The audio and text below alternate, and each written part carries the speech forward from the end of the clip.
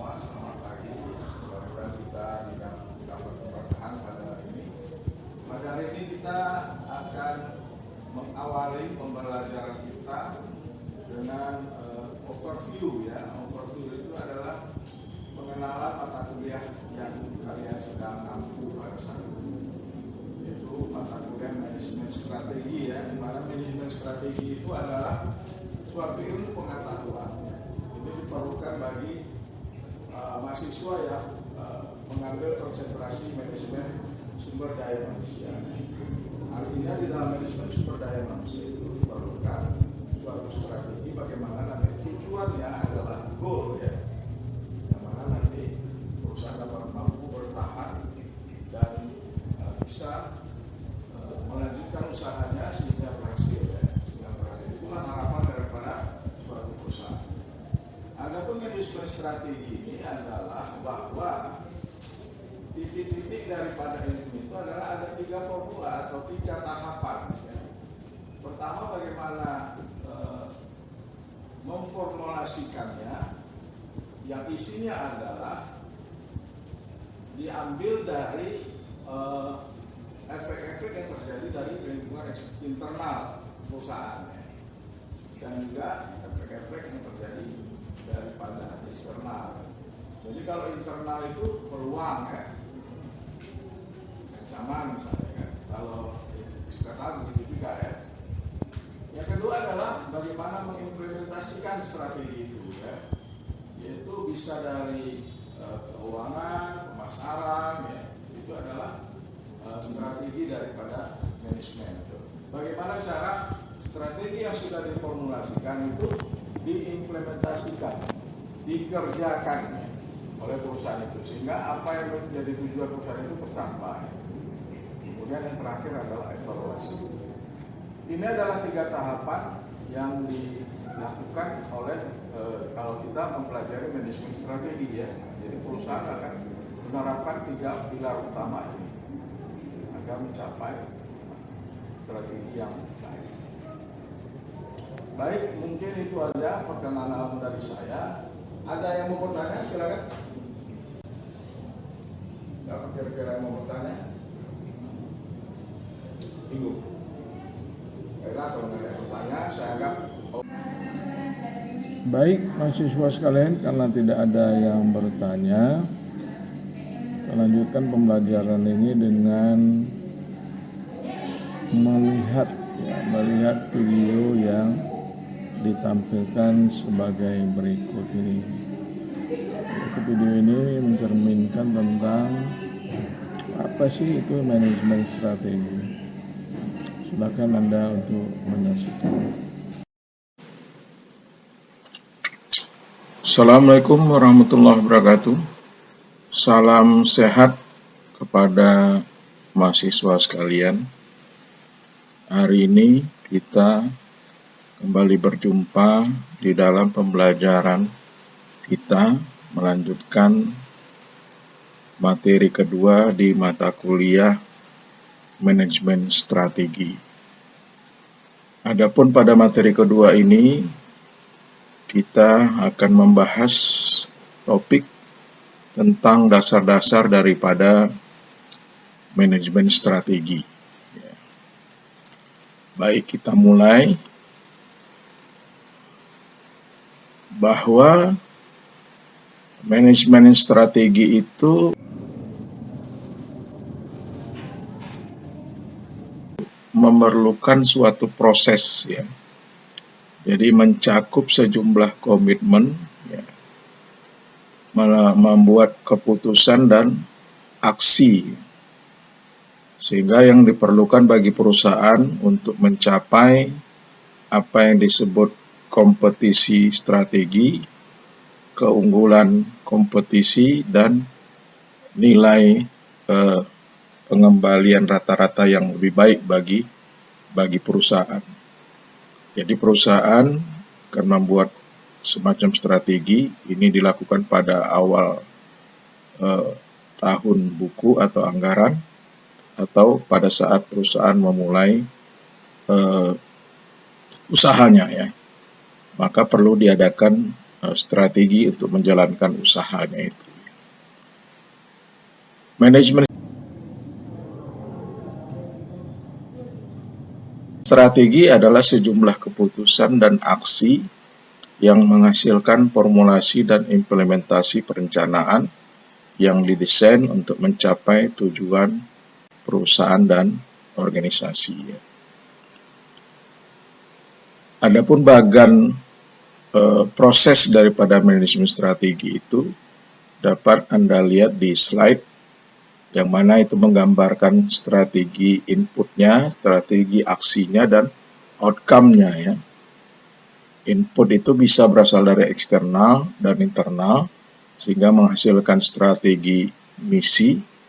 Lalu strategi itu ada dua, strategi formula dan strategi implementasi ya. Sehingga ujungnya akan mencapai keputusan, yaitu strategi kompetisi untuk menghasilkan nilai lebih yang baik. Tema sentral daripada manajemen strategi, bagaimana perusahaan itu dapat mengadakan perubahan secara kompetitif atau dalam persaingan yang lebih luas dengan dua model ya. Pertama, dengan dua model profitability-nya. Pertama adalah model industri organisasi dan model resource based model ya. Tantangan daripada manajemen strategi bahwa perusahaan yang dapat bertahan ya di dalam suatu kompetisi itu adalah perusahaan-perusahaan yang memakai strategi. Ini bisa dilihat dari 16 dari 100 perusahaan di Amerika Serikat. Itulah yang teridentifikasi pada hari ini yang masih ada.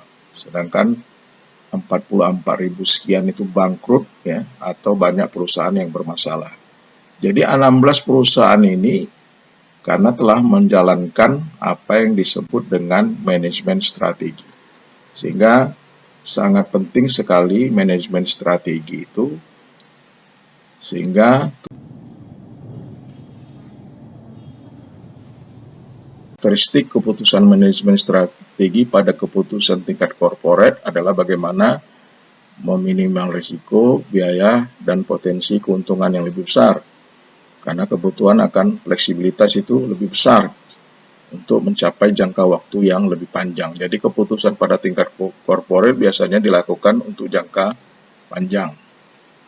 Bagaimana di tingkat bisnis, ya, itu adalah menjembatani keputusan di tingkat korporat dan tingkat fungsional. Sedangkan biaya risiko dan potensi keuntungan yang lebih kecil dibandingkan dengan keputusan tingkat korporat.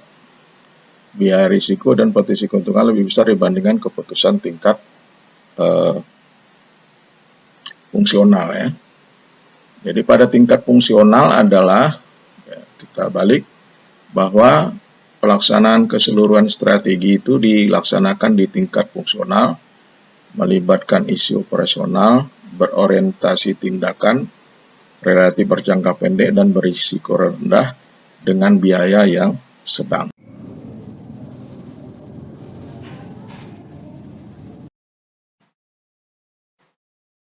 Implementasi itu adalah penerapan ya, sama dengan penerapan ya. Jadi ada dua pertanyaan yang penting. Apakah perencanaan yang baik sudah cukup?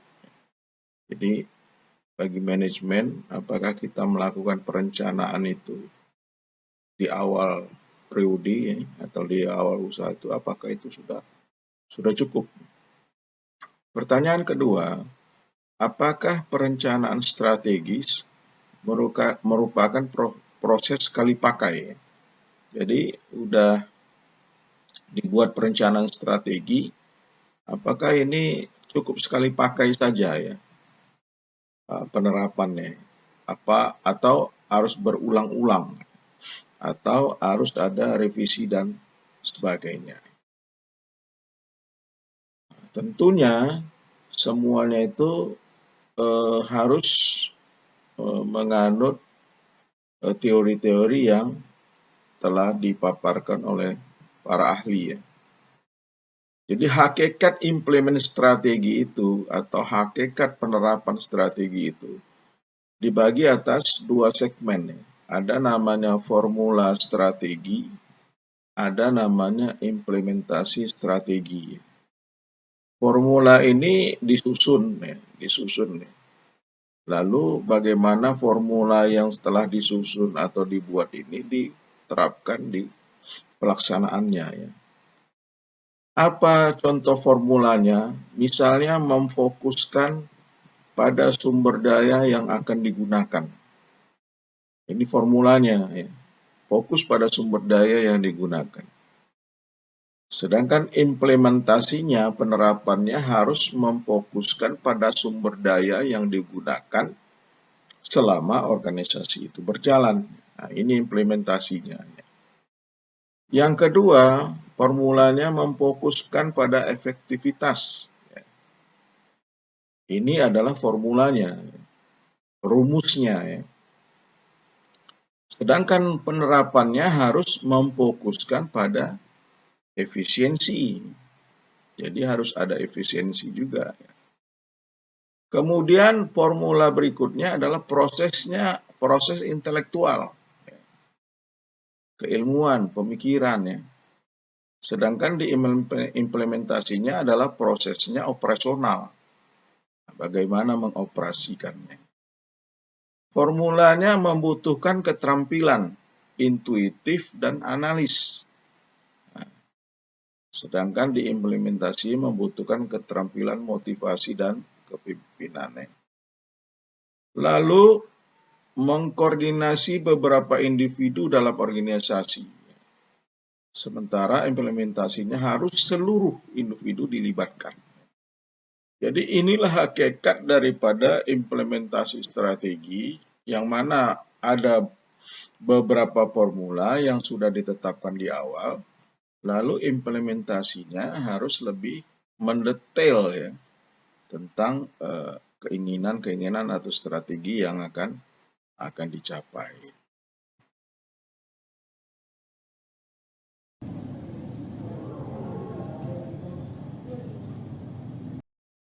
Kemudian, apa saja faktor yang mempengaruhi implementasi manajemen strategi? Penerapan manajemen strategi itu faktor apa saja yang bisa mempengaruhinya ya? Yang pertama adalah faktor kebijakan.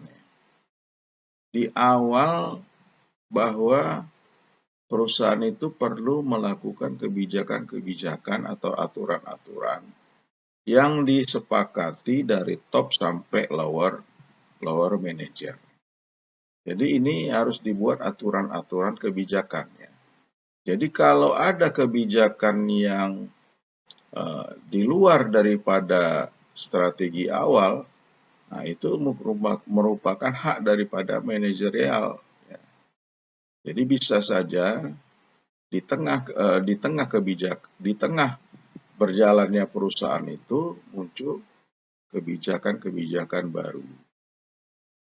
Lalu berubahnya penerapan manajemen strategi juga tergantung daripada alokasi sumber daya.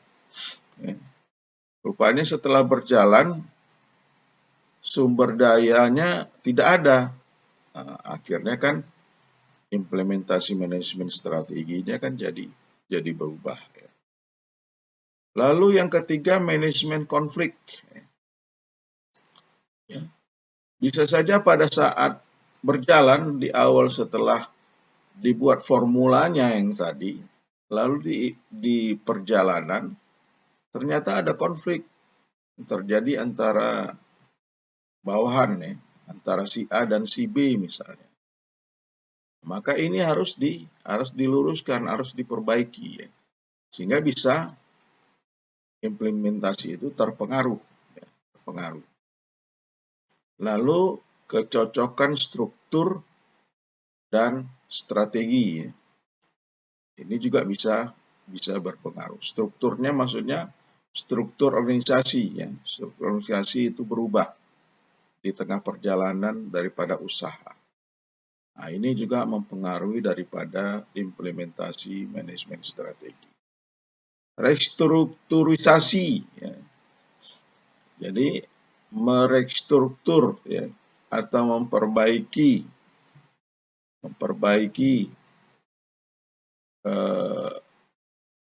arus informasi perusahaan, ya. Nah, ini juga sangat mempengaruhi daripada implementasi. Re-engineering, ya.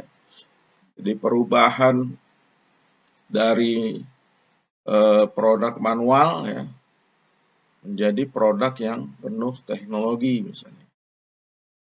Ini juga mempengaruhi. Gaji dengan strategi, ya. Bisa saja di awal diberikan setiap usaha atau setiap produksi yang baik akan mendapat komisi misalnya.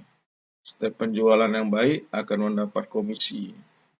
Tapi bisa saja karena alokasi sumber daya dan kondisi keuangan perusahaan ini berubah. Jadi ini harus juga menjadi ini akan mempengaruhi juga implementasi daripada usaha. Tetapi yang pasti mungkin di awal perlu juga diumumkan bahwasannya perusahaan ini akan memberikan gaji 14 misalnya. Gajinya 14 kali dalam setahun, ya. Jadi termasuk THR dan bonus akhir tahun misalnya. Jadi ini adalah faktor-faktor yang mempengaruhi daripada implementasi manajemen strategi. Nah, inilah diantaranya isu-isu di level manajemen terhadap implementasi manajemen strategi. Mungkin ini saja penjelasan dari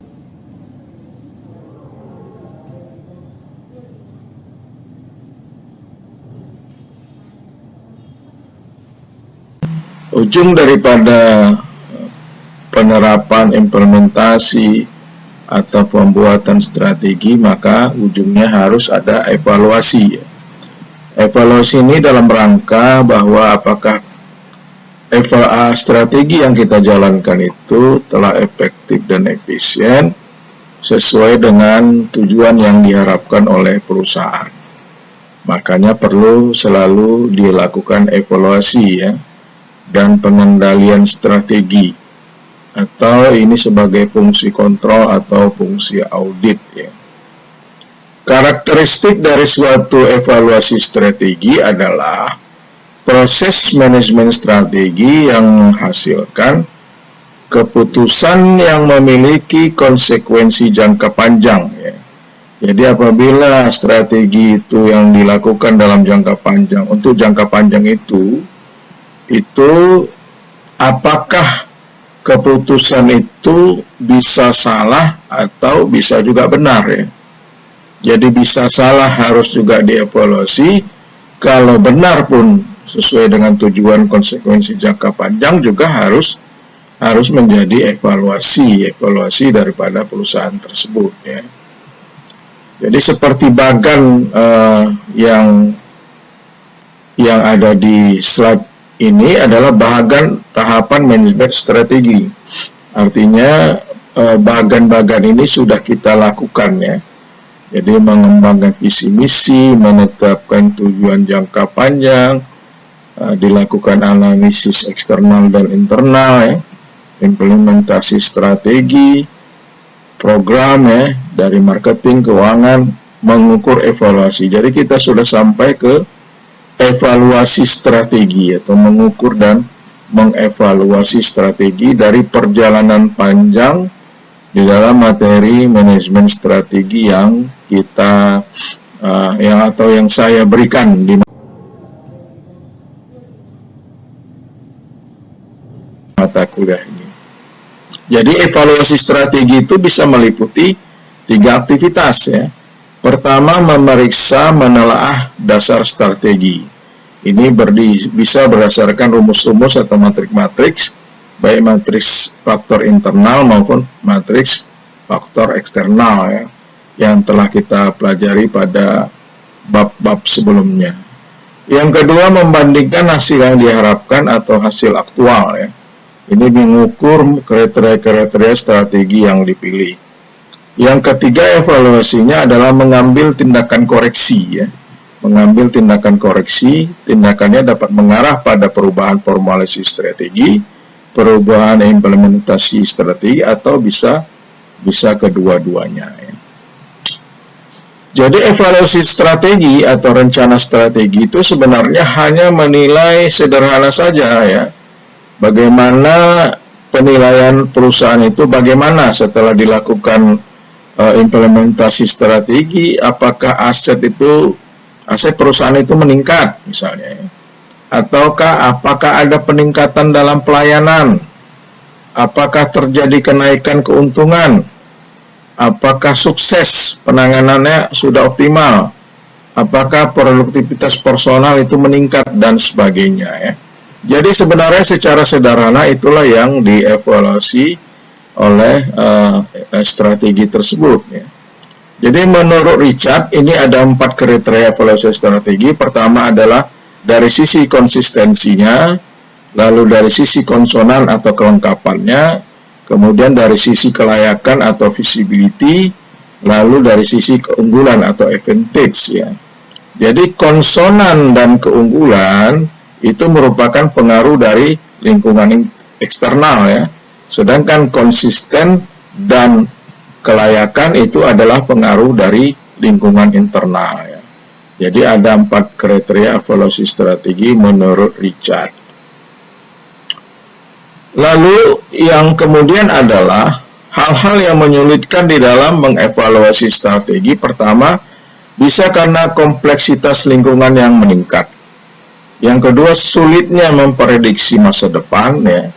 Kemudian jumlah variabel yang terus semakin bertambah atau semakin banyak. Kemudian bisa saja rencana yang sudah dipatok itu bagus, itu tidak relevan lagi ya, atau bisa menjadi usang pada waktu yang singkat ya. Lalu meningkatnya kejadian domestik dan internasional yang mempengaruhi rencana strategi ya. Misalnya masa Covid seperti ini ya.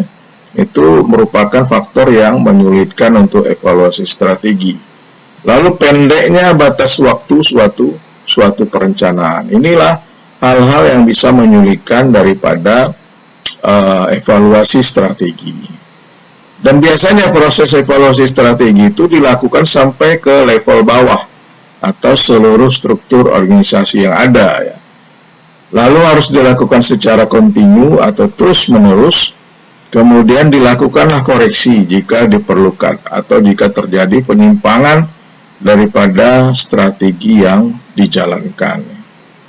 Catatan penting tentang evaluasi strategi harus kontrol yang terlalu kompleks tidak akan bekerja dengan maksimal atau membingungkannya. Kemudian apabila rencana A mungkin dipilih, jangan mengabaikan alternatif rencana B misalnya ya. Jadi itu harus selalu didampingi ya. Karena kalau rencana A ini gagal, ada rencana B dan C misalnya. Lalu organisasi sangat mudah diserang ya, apabila berada di puncak kesuksesan ya. Jadi banyak pesaing-pesaing ya. Kemudian evaluasi strategi harus bisa dilakukan semudah mungkin ya. Sehingga bisa manajer itu menilai rencana dengan cepat. Kemudian implementasi strategi seolah-olah itu diasosiasikan masa depan ya, tetapi sebenarnya masih ada hubungan dengan masa lalu. Lalu evaluasi strategi itu harus dilakukan dengan serius. Kemudian organisasi dan praktisi manajemen sepakat dengan perencanaan minimal 5 tahun mendatang. Lalu perencana strategi harus tidak membuat rencana menjadi fasilitator, katalis, inspirator, pendidik, dan sebagainya. Inilah kira-kira bahan atau video pengantar yang bisa saya sampaikan di dalam materi evaluasi strategi.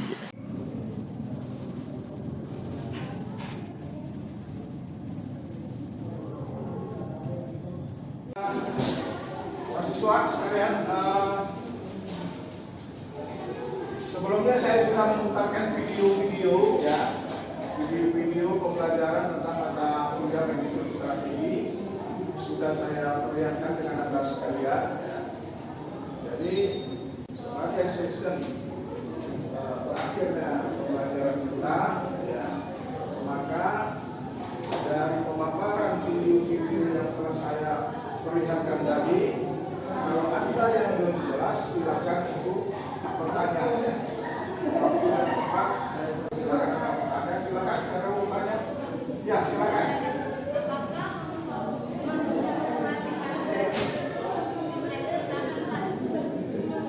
Jadi di setiap perusahaan itu bisa berbeda cara mempromosikan strateginya. Kenapa?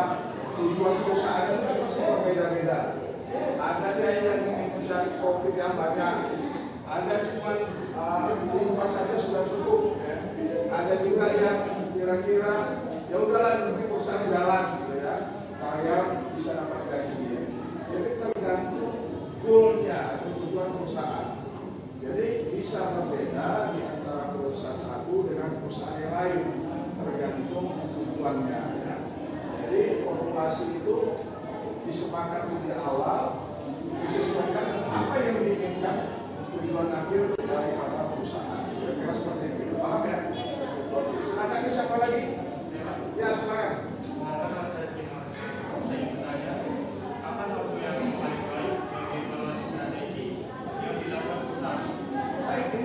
Yang paling bagus ya, karena perusahaan kalau nggak dievaluasi dia nggak tahu apakah kinerjanya itu baik atau tidak ya. Jadi harus ada evaluasi di setiap perusahaan untuk menentukan strateginya itu sudah tepat sasaran atau tidak.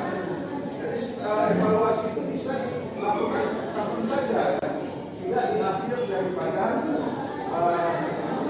perusahaan atau di akhir periode. Di awal periode itu bisa tidak dilakukan. Andai kata misalnya strategi yang sudah dibuat, kalau di 3 bulan pertama ada yang kurang ini. Kenapa?